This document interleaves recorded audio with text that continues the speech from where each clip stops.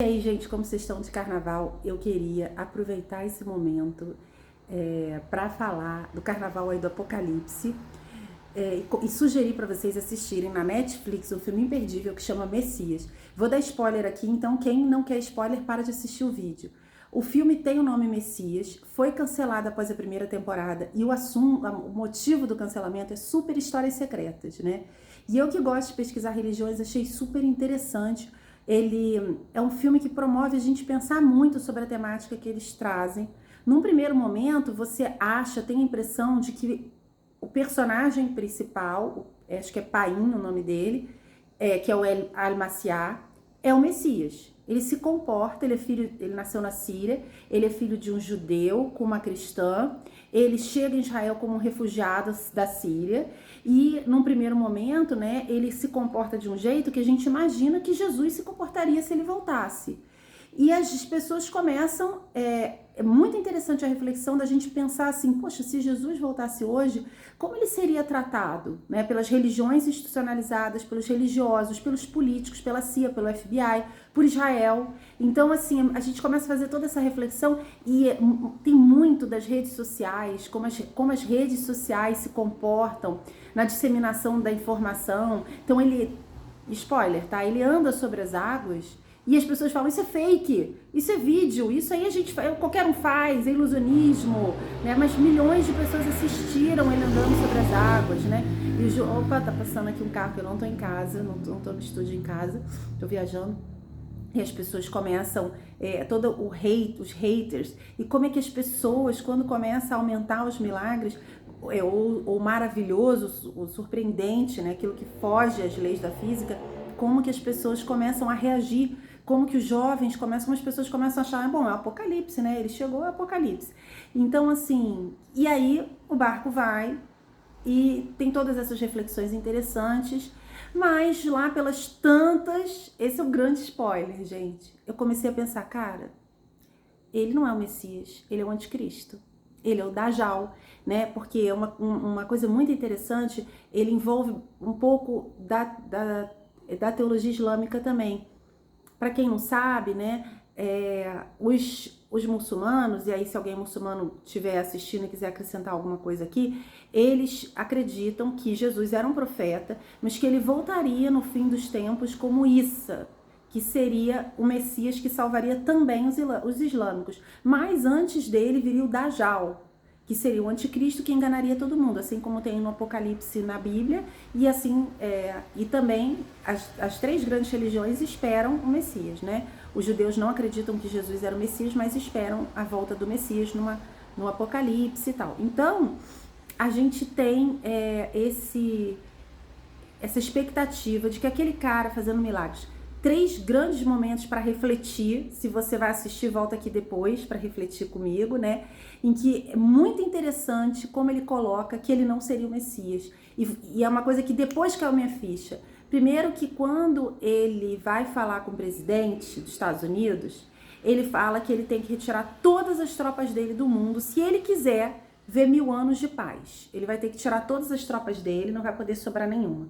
E aí ele volta a falar com o presidente depois e fala, o anjo não apareceu para você em sonho? E aí o presidente lembra do sonho dele. O sonho dele de que ele estava falando com o Al-Maciá, que se eu não me engano é Paim, o nome dele, o nome verdadeiro dele, né?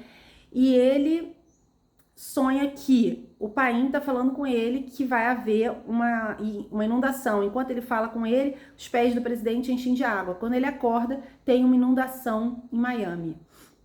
E aí ele fala, o anjo não falou com você? Quer dizer, ele se refere a ele mesmo, não como Issa, Jesus, o Messias.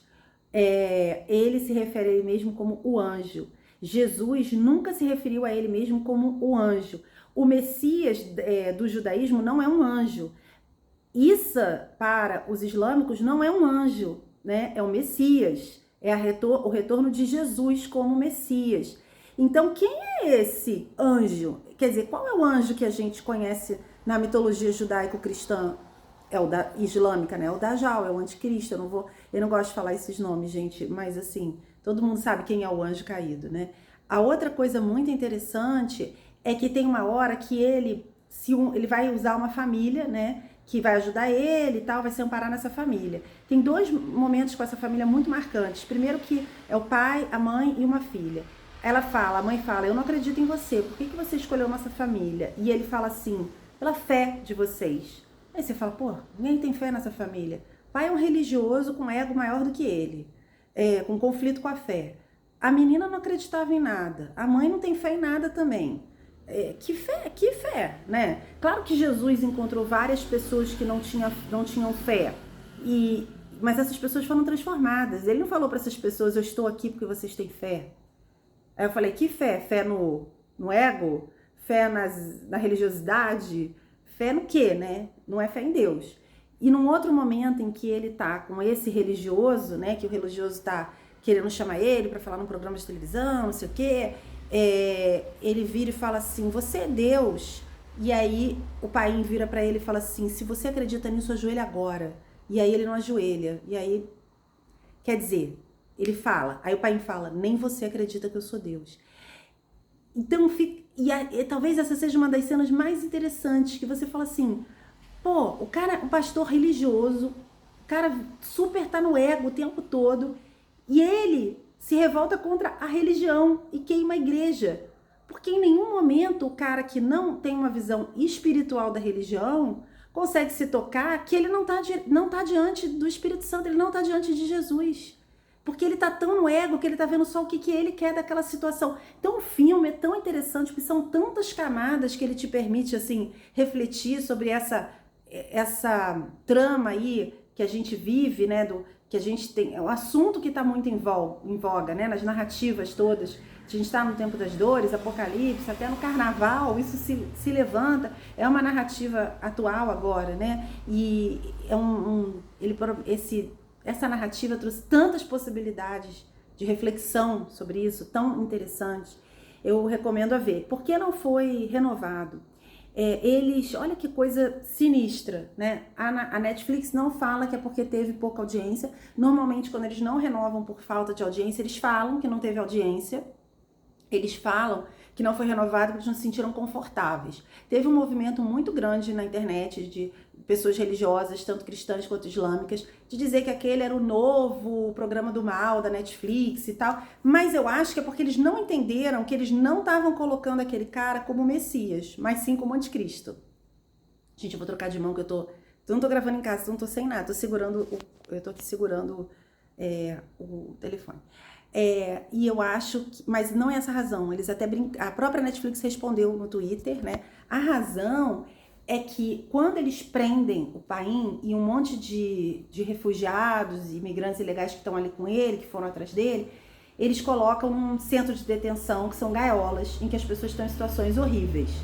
E chama GEO, se eu não me engano. Depois vocês podem olhar no Google.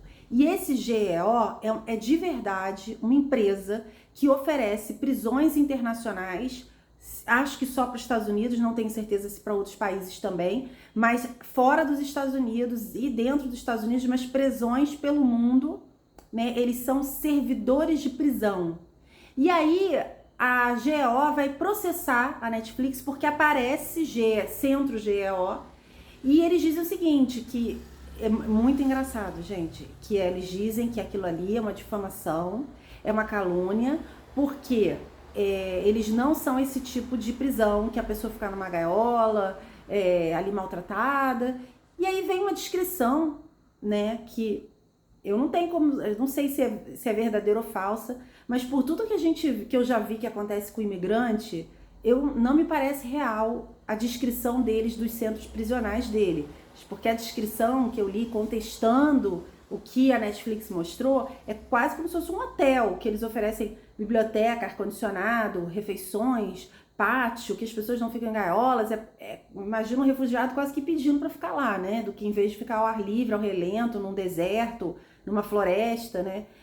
Enfim, não sei, nem quero saber se é verdade, né? Talvez seja verdade, tomara que seja verdade deles, né? Mas fato é que eles processaram a Netflix dizendo que não, que aquilo era uma difamação, era uma calúnia, e pedindo até indenização, se eu não me engano, pede até indenização. de que eles usaram erroneamente, difamando a imagem dos centros prisionais dessa empresa. E você, o que acha disso? Corre lá, assiste Almaciá. Quem sabe se a gente subir as visualizações, vem uma segunda temporada. E o próprio final, aí isso eu não vou dar spoiler, eu não vou contar o que acontece, mas o próprio final faz a gente pensar assim, será que ele é o Messias ou não é? Mas pra mim, depois que eu refleti todos esses pontos, ficou claro que ele não é o Messias, ele é o Dajjal, e se tivesse uma segunda temporada a gente ia saber. Então vão lá, assistam, depois coloca aqui o que você achou.